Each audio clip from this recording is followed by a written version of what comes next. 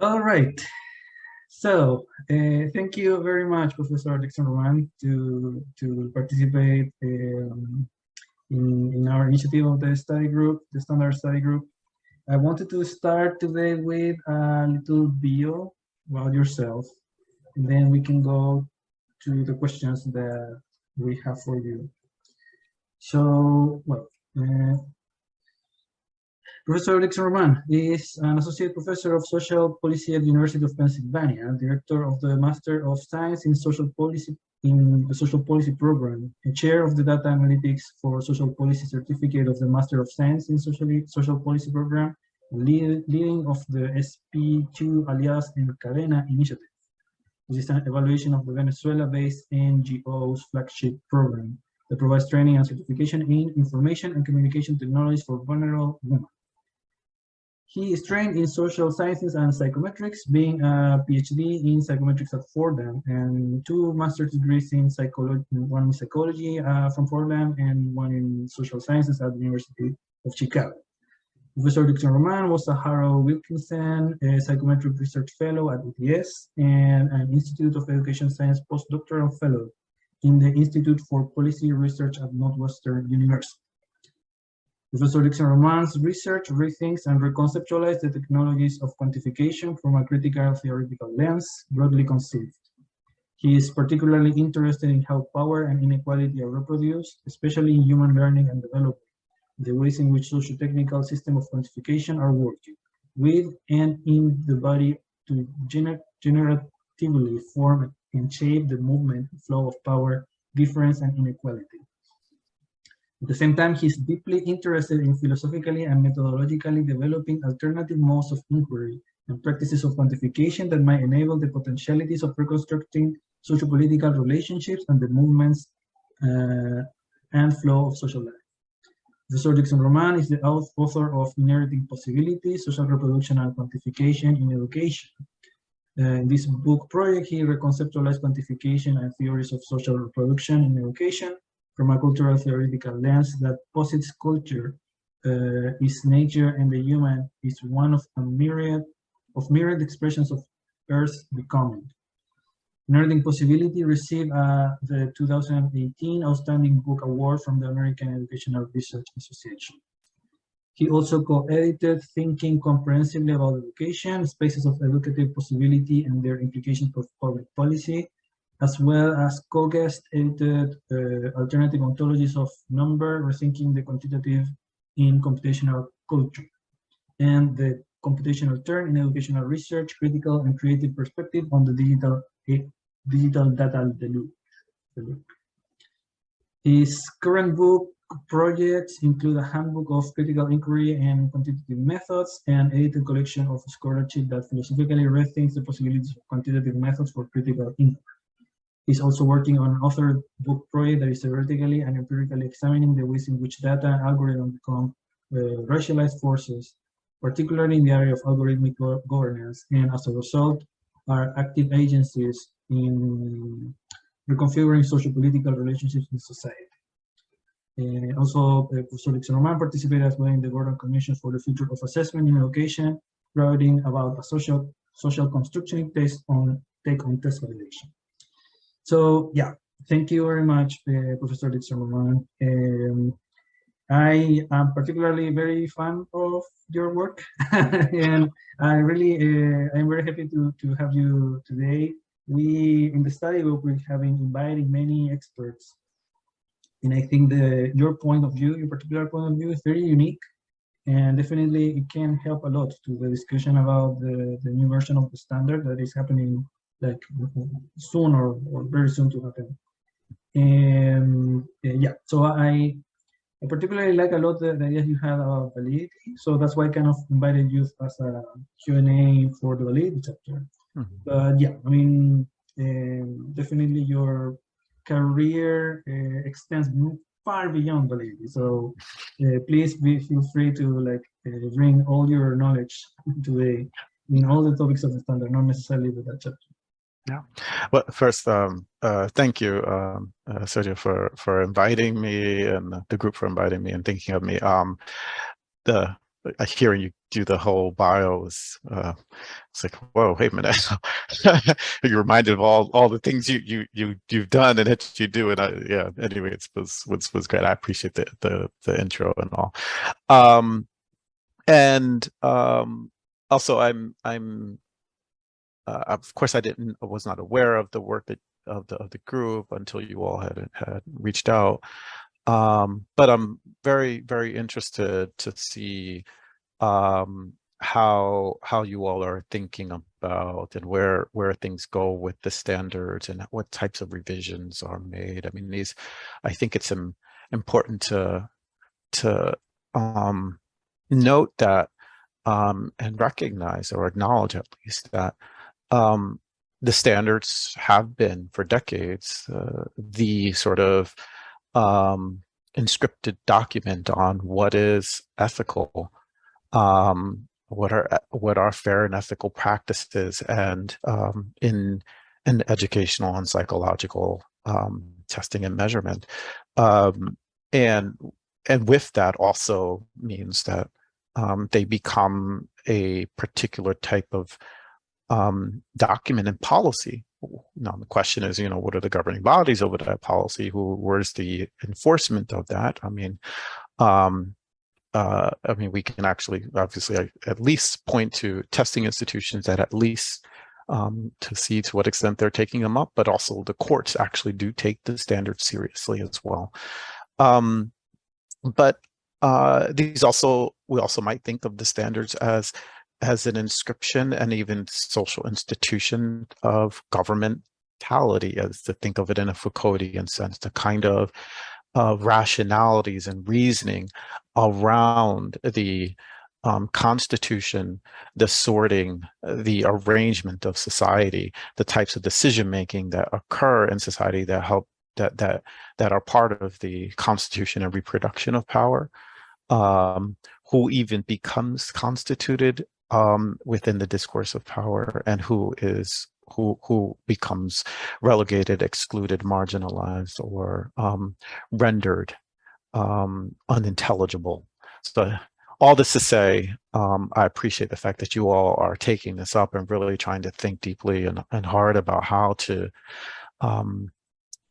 get it right, if I might say. If that possible. Okay, so let's start with the questions. Let me share my screen to show the list of questions. Can you see my screen? Yep. Mm-hmm. Okay. So the first question. What is your opinion about the role of consequences in test validation? Do you think this topic is handled correctly in the current version of the standards? Okay, so actually, if you don't mind keeping it up so I can have it in front of me, keep the shared screen up, it would okay. Just to keep it in front of me and let me remind me of where of the question itself as I'm talking through it, because I can. Yep. Yeah, but so let me I want to first begin with in responding to this question with the question of how do we understand validity? What is even this concept of validity? What's its genealogy? And I think many of us are aware when we look at the etymology of validity, it goes back to, in fact, value, and even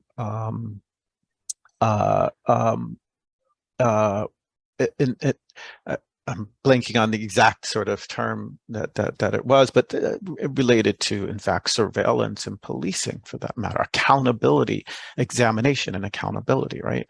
And so, but even in its initial inceptions, it was very much so about government, right? Governing how government is making accounting and examining assessments of the population. And so I think, I only begin here just to remind us of the history of the term of validity in and of itself, and then where we are now. I mean, when you think about sort of the history of validity of measurement, going back to content validity, construct validity, and now to the point to where we're actually, where there is this focus on the consequences of in-test validation.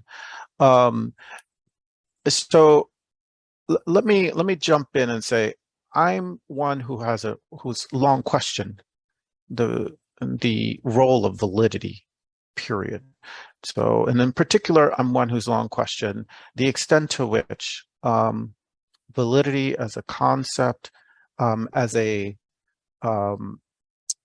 that which has been a way of us to try, and when I say us, I mean the measurement community, for us to try to engage in a validation of the extent to which, or evaluating of the extent to which an instrument is capturing some construct relevant variance, or the extent to which it's construct irrelevant variance.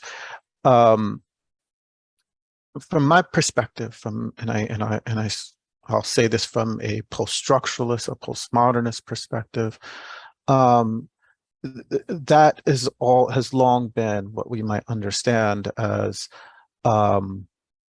a metaphysics of presence that is fundamentally directly inaccessible.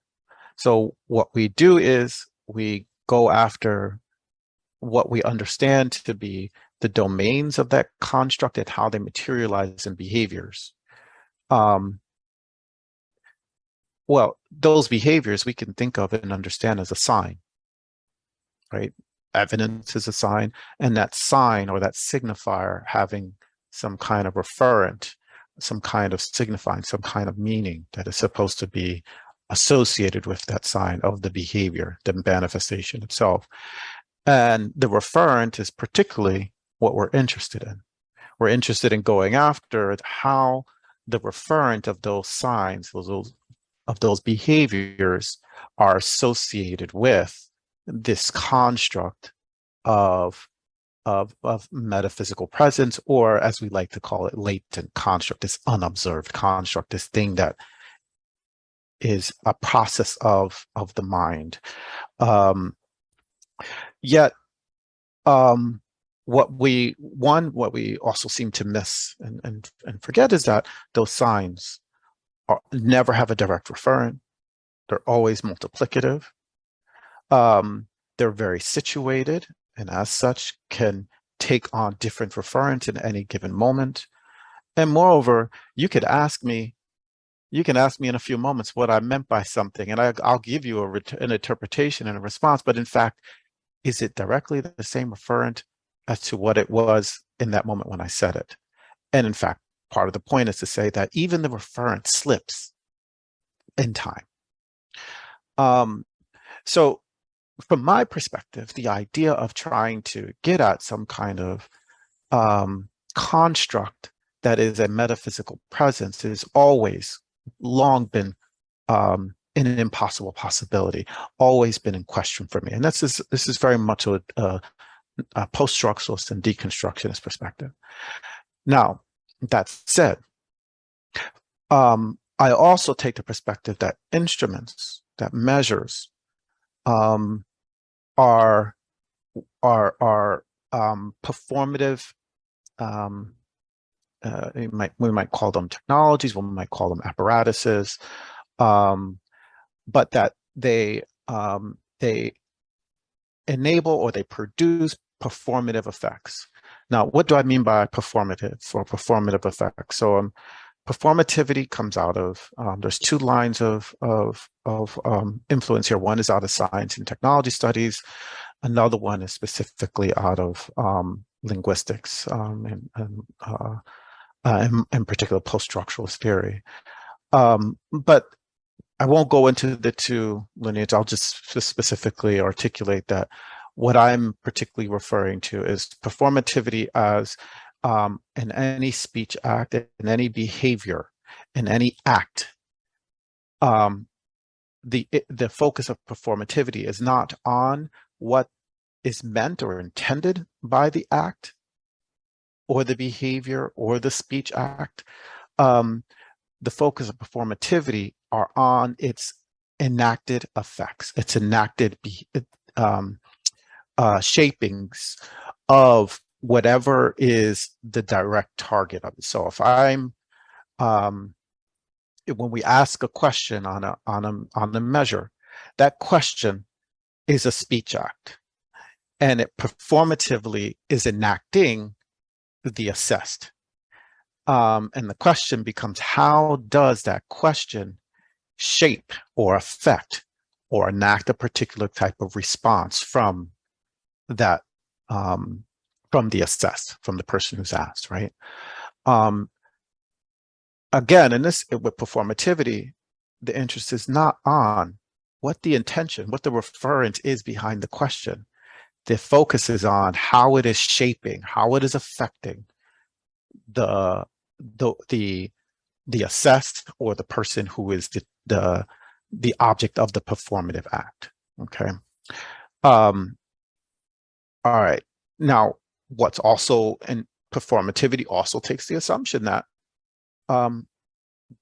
similar to post-structuralism, that the performative effect, the performative enactment, is not going to have any deterministic response, but actually can be multiplicative. It's very much so situated. It's very much so situated in the very social and cultural histories of the assessed.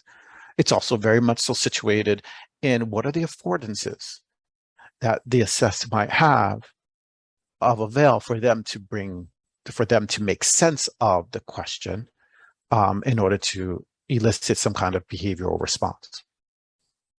I should also add, it also accounts for the unconscious or even the non-conscious, that which is very much so we may not even be thinking about, but it's working on an affective level, on a proprioceptive level.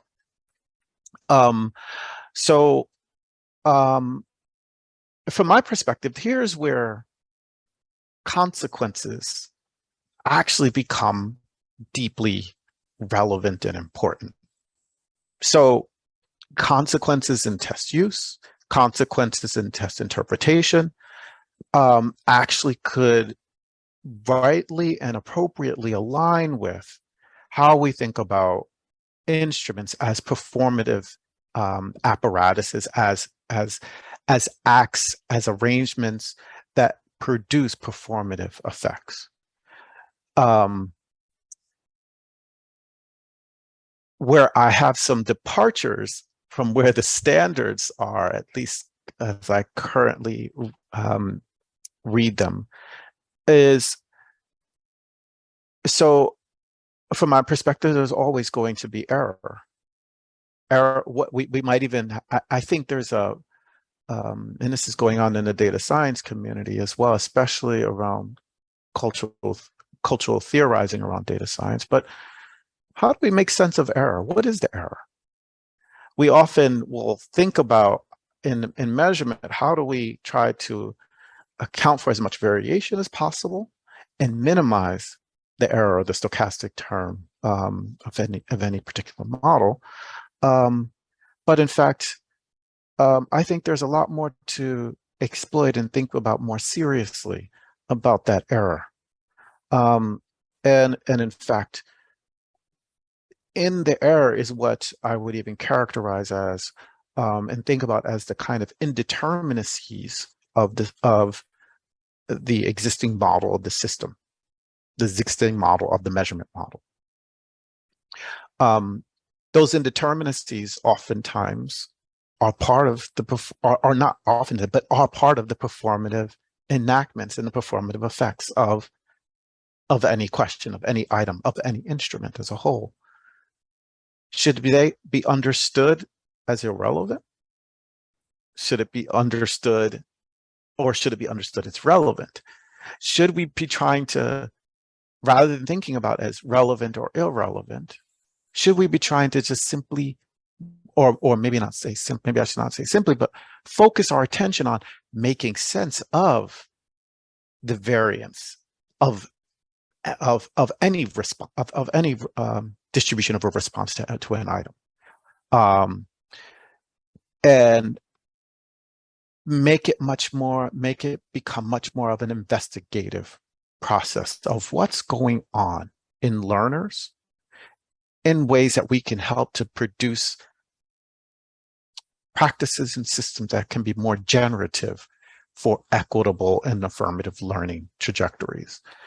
Now, one thing I'm probably keeping more implicit is that this is much more easier to think about when we're talking about classroom assessments.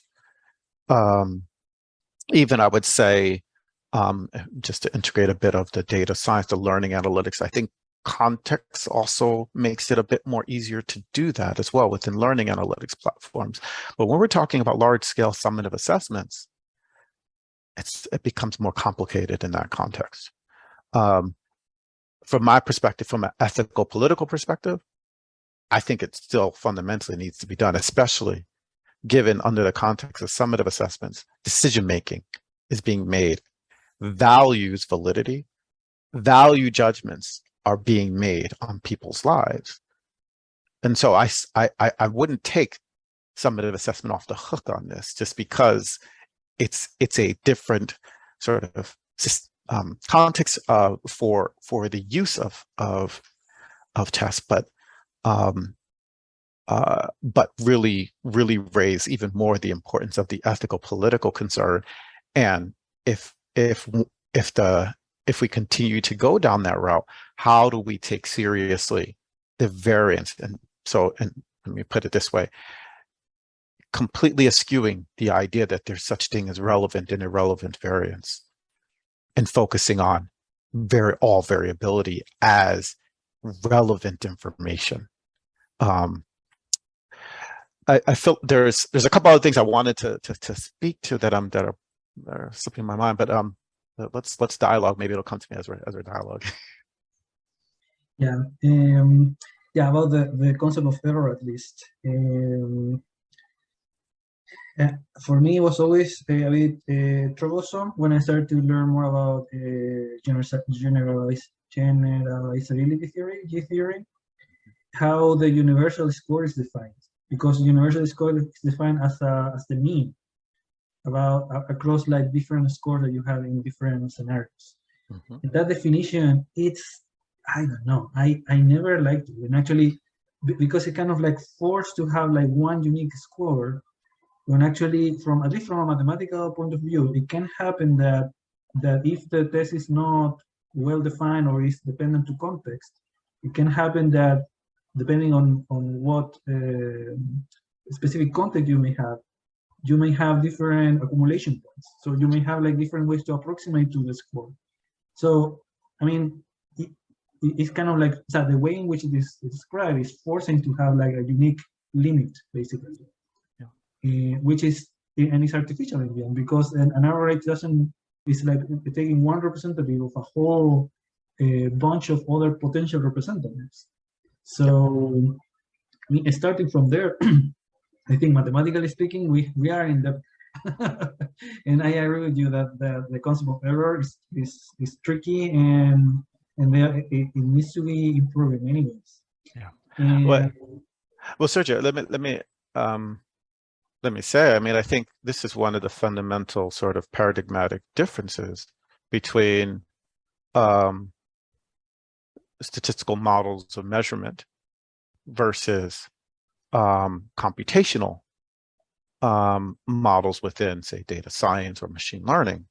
The way the error term is treated in statistical models is very different from the way in which it's treated in computational models, right? And statistical models, as I mentioned before, we're trying to specify a model that will account for as much variability in a criterion as possible, and to reduce that stochastic or that term of indeterminacy, right?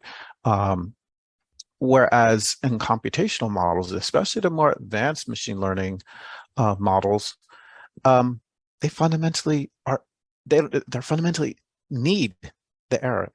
The more noise there is, the more the better the models will perform, especially over a long range and a large number of data, right? So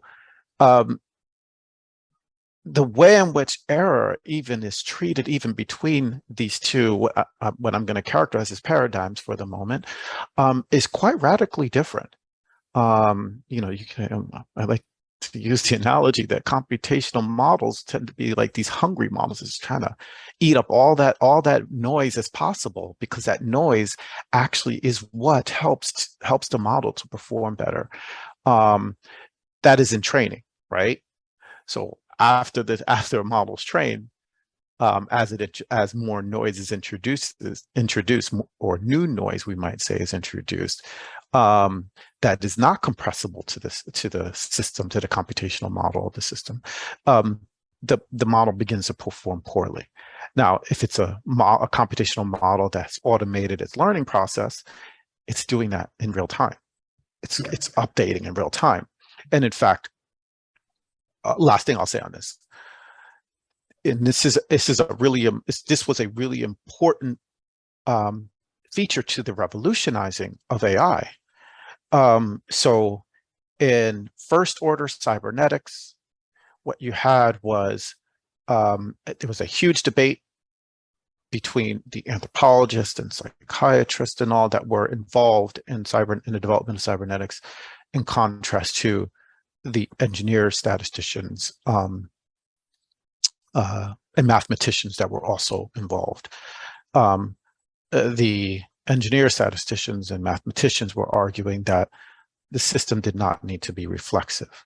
The psychiatrists and psychologists and anthropologists, people like Margaret Mead and Gregory Bateson, were arguing that if we are interested in having a self-generating system, if we're interested in developing systems that can self-reproduce, self-generate, self-regulate, then the system has to have some sort of mechanism for being reflexive.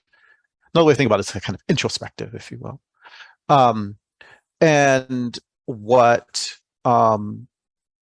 So first order cybernetics said, no, we're going with the non-reflexive system.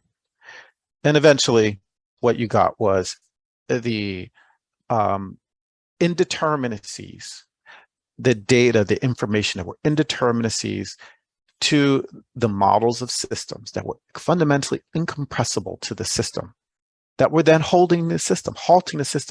This is what's known as the Turing halting problem. And it's an issue that still has not been solved. Some will say it's a necessity of computational systems, that all systems are finite, and that the information in the world is infinite, and that eventually a finite system will approach an infinite information that will be incompressible to its finite system. Well, second order cybernetics comes about because of this. Finally, the move was to recognize that systems have to be reflexive, and as such, this is where updating and machine learning and AI comes in. So as systems approach information as indeterminate, they update the parameters, they re-estimate the parameters, yet not to original condition. So I'm laying this out to literally explain how, in fact, the paradigm in computation, the way in which it treats error or indeterminacies in computation, is very different from how the statistical paradigm of psychometrics that has very much so been much of the developments in psychometrics. And I want to acknowledge that definitely computation has definitely made its way into psychometrics as well. But from modern measurement theory, IRT, the Roche model, and all these are based on statistical theories that have treated error and indeterminacy in a very particular way, almost in a way such that I would characterize as at the radical exclusion of whatever those information ontologies might be. So again, coming back to the point I was raising earlier about variance, about what has long been talked about as construct relevant and construct irrelevant variance. And then the interest in trying to get rid of that irrelevant variance that then often becomes accounted for, understood to be controlled in that error term. And from my perspective, actually we should be seeking to completely I don't want to say undermine, but flip it. Think about how can we think about error differently? How can we shift our paradigm on the error, the indeterminacies of measurement systems, such that those indeterminacies, that variance of the instrument becomes completely rich information for us to make sense of in order to enable learners. I mean, to be honest, in my own research and topics, I don't like even the phrase construct irrelevant variance, because I think use the word variance is problematic in so many levels. First, it's not clear if you are talking about variance intertemporally, like one person being tested many times, or variance at the same time with a whole population. Mm-hmm. So, and I think that's an assumption that is I think the experience has showed enough that you cannot assume that everybody is like interchangeable. Mm-hmm. So that's basically the main assumption behind statistical modeling, which you can take a population, basically kind of like apply the same logic to analyze everybody at the same time together. Mm-hmm. And also assuming that kind of is perpetuated on time, like ignoring contingency in all levels, like historical contingency, like cultural contingency, like everything. Yep. So it's like this type of assumption, like the people in physics, when they say that to solve like a physics problem, you assume that a cone is a sphere. Mm. Yeah, it's like this type of like absurd like simplification that is not working. Yeah. And it's not working also. I mean, for me, it's kind of frustrating to even have started from that assumption, because we are speaking about people. I mean, if at least from biology, the assumption would be that we may be different in terms of how we function, in terms of like how the test reacts in a specific context for the specific people. Yeah. So if there was like a rational first assumption to do, like if there was like a better starting point, was to assume that we were not interchangeable, not that we were. Mm-hmm, mm-hmm. I mean, and yeah, that kind of frustrates me a lot. It reminds me also I think the problem also is related with how natural sciences were kind of like a reference. Yeah. And how actually in natural sciences you have this kind of luck that you can assume, or it's not that weird if you assume that the universe works the same everywhere. So if you do like an experiment here and you do that in another galaxy, you kind of have the sense that the rules are kind of the same everywhere, at least from what you see from observation from here. Mm-hmm. But that applies for space, for time, for like that type of object. But when you speak about people, I mean, it's the total opposite. We exist because of the diversity we have. Mm-hmm. I mean, if we all would be like genetically the same as a species, we wouldn't exist. Mm-hmm. Mm-hmm. So that kind of it's so frustrating. And actually, my research, I don't speak about control irrelevant variables. I speak at least for control irrelevant interactions. And also the problem is that when you include that layer of introspection, and when you start to dive more into to reflect more on what you are doing, not necessarily about just the concept of error, but even like the construct. Mm-hmm. Then you realize that there is a lot of variability within the construct. Sometimes you really don't know what is the construct. That's right. I remember I was reading Chappell. He has written a lot about the TOEFL test. Mm-hmm. And he used the argument-based approach in one kind of like explaining the limitations of the problem. And actually, one good thing he says about the argument-based approach is that it kind of helps to iron all these ambiguities about a construct. Mm-hmm. And actually, I found that the opposite. That's bad. because actually, if there is a discussion about the construct, it's because it might happen that depending on the context, you need to kind of be flexible and change the construct, or like see the construct from a more multiple perspective way. Yeah. And I mean, Yeah, I agree with you, and I feel frustrated sometimes when I see that type of language, particularly in the standards also. And to be honest, I don't think that's a change that can be enacted or kind of like happen in 5 years. No, it's like a different way of thinking, and there's so many people that are not thinking that way.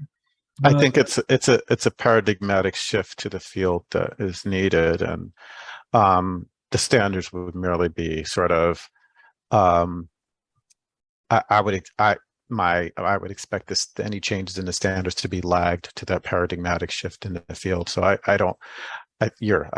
think you're absolutely right to not expect it to be in the standards, but it is important to um, both introduce and push it in the discourse of the field in order to even try to push any kind of paradigmatic in the field that would be in this direction.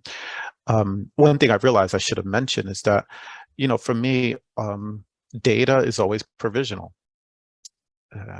Any kind of test item response, any kind of test score is always provisional, and it's provisional based on the temporal, spatial, even material sort of coordinates by which that response, that test score emerges. And so the idea of speaking or generalizing it beyond the contingencies of that event, I get nervous about. I get suspicious about. For me, it's enough to think about, what does this tell us about this this individual or this group of test takers within this provisional moment, and then how can it help us inform how we act, interact, engage, work with that test taker or those group of test takers, with an understanding that even as we subsequently do is already slipped where they are. sorry, but and coming back to the question and the role of consequences. So let me see if I understood. You're saying that your view is more about the performativity of tests and how what they enact, not necessarily on the original idea and the construct, visible construct that is supposed to be measured, but more about like what actually elicit or creates in the people, in the communities, in the test taker, like that. So because that one discussion in the validity literature at least is that, I mean, you may worry about consequences as a problem of validity on its own, or only when you can trace the consequence to a problem of construct representation in the test. So right now the standard are kind of like more on that second option, saying you have evidence about consequences, but it's relevant for the test only if you can trace that there is a problem of construct representation that triggers the consequence. Some other people say, no, I mean, it's a problem more about like appropriateness, like how ethical is to use the text. So even if representation is perfect, but still you have a consequence that you don't like, or is something that is inappropriate, that's part of validity. So, I mean, in that debate, I have the feeling that you are more on that way of thinking, right? That's yes. That consequences are important for validity, independent of their causes in terms of construct representation. Is that interpreting right? Or? I'm definitely of the perspective that we should be much more focused on the ethical concerns, right? So the social, political, even economic consequences of test, right? And so, yes, like as you put it, full total construct representation. If there are material consequences. There are social consequences to the test. Should we be using it? Should we be using an instrument that is going to enable the reproduction of certain forms of social inequalities, racial inequalities, or even inequities? Should that instrument be used, versus thinking about, okay, if this is leading to this, then what can we design that can help enable more ethical, equitable outcomes and processes? To me, that should be the posture and the position. And it's interesting because I think that there's a way in which that Lee Cronbach and Sam Messick could be read differently on this. And in some ways, read social consequences then in the use and interpretation of a test, then that's an issue. That's a problem. We should be addressing it. Sixth approach, comes back to the question of representation, or even relevant or irrelevant variance, right? And to me, that it just places into the discourse a dualism that becomes, right, representation or not full representation, relevant variance or irrelevant variance is a dualism that I think becomes builds into the discourse a problematic ethical and political by way of who gets to decide. How do we know and understand what's representative or what's irrelevant or relevant? Again, this is where validity, the language, the value and judgment works its way back in. Yeah, I remember in the first session we had with Professor Lane. I mean, in my personal research, I advocate a lot about this idea of including the communities affected by the uses of the test as people that should have agency in these questions and these decisions. And we kind of ask what was the role of the communities affected by the uses of the test in general. And at least the response was more like, yeah, well, I mean, we have the advisory. Sergio, I don't know if it's me. Sergio, hold on. I don't know if it's me or you, but you're going in. I wasn't able to hear everything you were saying. Yeah, I think there's a problem with connection at some point. I also had a lot of moments in which I couldn't hear you either. But okay. Let me see if I can say this. Now, I was saying that in the session with Professor Lane, in which we ask questions, we ask about what is the role of the communities affected by the uses of the test. And me personally, in my research, I kind of advocate for that those communities should have agency. And the response was kind of, yeah, I mean, we have technical advisory committees. And the technical advisory committees actually can serve as a proxy maybe for have representation. I mean, it seems that could be at least one step in that direction that may have some consensus, but definitely there is a big question there on who should sit in the table taking the decisions and who has agency in all of this. That's a question that is not at some point. I think they should pronounce themselves. Yeah. So let me react to that a bit. So, in the current book I'm working on, one of the major questions that I'm going after is what are the limits and problems of representation. So in some ways, I'm complicating even what I was saying a bit earlier here. On the representation, it matters. It matters to have representation and voice, Sorry, can you repeat the last part because the connection broke? Oh, so yeah, so I was saying on the one hand, it matters to have representation and voice, representation and researchers and analysts. even representation in the instrument validation and all, right? Yet, the limit of representation, and I'm gonna try to put this simply, has every bit to do with how representation does not address the actual assumptions that the design of the system makes by way of being and knowing.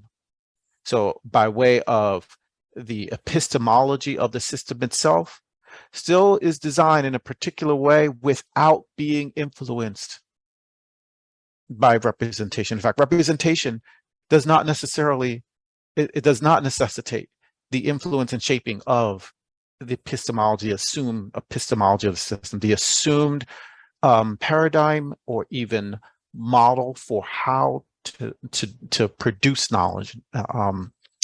And so there are various ways. I mean, for lack of time and all, there are various ways in which one can break this down. But